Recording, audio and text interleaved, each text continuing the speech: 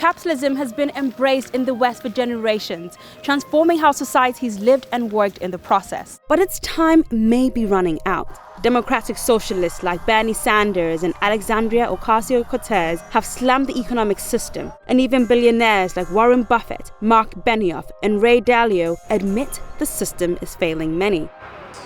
The conversation about capitalism in its current form has been so loud that leaders here at the World Economic Forum in Davos, Switzerland, are questioning its relevance in the world we live in today.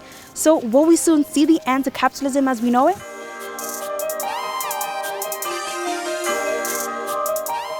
Capitalism is defined as an economic, political, and social system in which property, business, and industry are privately owned by individuals and companies, not the state. This means capital assets like land, machinery, and buildings can be purchased by private individuals or businesses. Companies get you to work for them by offering wages, and your investments in a business that's doing well can grow. Capitalism began in 17th century Europe during a time when colonial powers including France, England, and Portugal had taken control of 84% of the world. By the 20th century, the idea had spread through most of the globe, often with detours and violent societal upheavals along the way. Even China, once a staunch communist country, has adopted state capitalism. This means private enterprise is a large and dynamic part of the economy, but the government still sets the agenda and owns several strategic sectors. The form of capitalism that we are most familiar with today is shareholder capitalism. This concept has been embraced by the world's business leaders for decades. The main idea? Make money for your investors. The theory originated from American economist Milton Friedman in the 1970s. He argued that maximizing profits for shareholders should be a corporation's only objective, while still following the law, of course. Corporate boards overwhelmingly took on the message. It made sense at the time. American companies had become bloated and unprofitable. Shareholder activism became a movement, and leaders like Ronald Reagan and Margaret Thatcher stood behind it. The fall of the Soviet Union solidified the message. The mantra became, greed is good. Many economists agree this form of capitalism had its advantages. Hundreds of millions of people benefited in the following decades as profit-seeking companies opened up new markets and created new jobs. But now, more and more voices are saying we've gone too far in the other direction. Critics of shareholder capitalism argue the system has had three major side effects. They say it's harmed the environment, driven inequality, and weakened economic growth. Climate change has been a hot topic for decades, but the rise of 17-year-old Greta Thunberg forced world and business leaders to pay attention. In August 2018, she skipped school and camped outside the Swedish parliament to signal that more needed to be done to combat climate change. Thunberg's demonstration galvanized her peers into action, setting off a wave of protests outside parliaments and city halls worldwide. Some environmentalists argue that prioritizing profit has encouraged short-term risky behavior like drilling for fossil fuels. This has subsequently damaged our planet, and the effects are glaringly obvious. Between 1993 and 2016, Greenland lost an average of 286 billion tons of ice per year, while Antarctica lost 127 billion tons. Then there's increasing inequality. Inequality between nations has actually decreased as countries like India and China embraced capitalism and free markets. But inequality between the rich and poor within nations has become much worse. Boards used executive pay to align their CEO's decisions with shareholder interests, and we've seen their earnings balloon as a result. Since 1978, CEO compensation has grown 940%.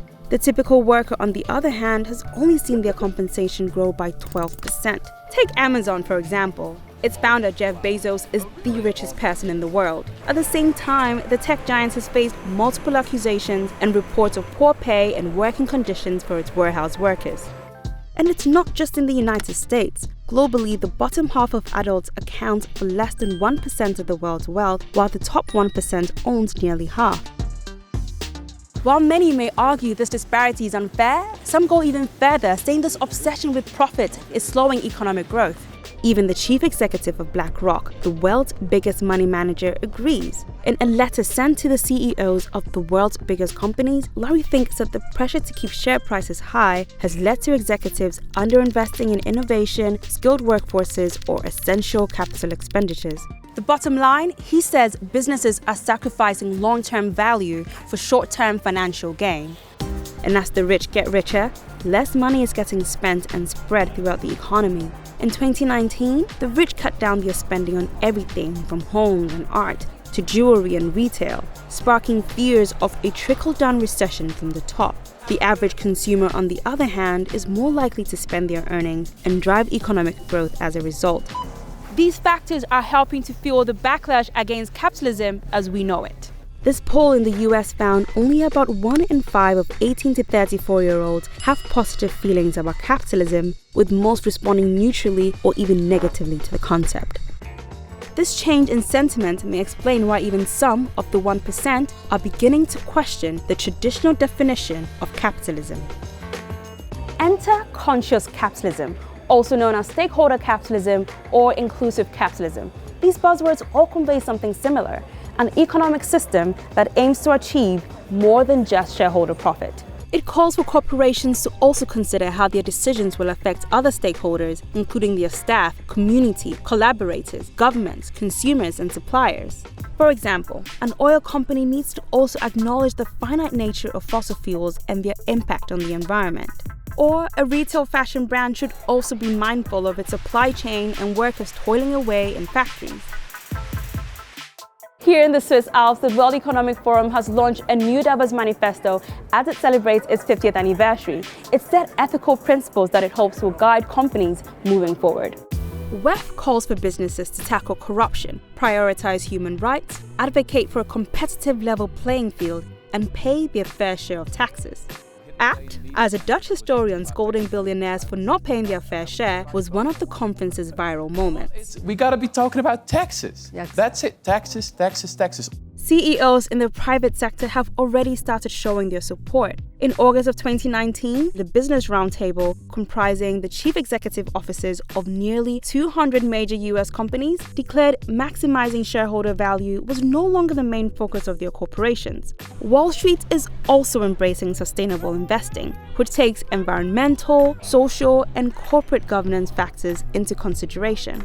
According to the Global Sustainable Investment Alliance, these investments grew to more than $30 trillion in 2018.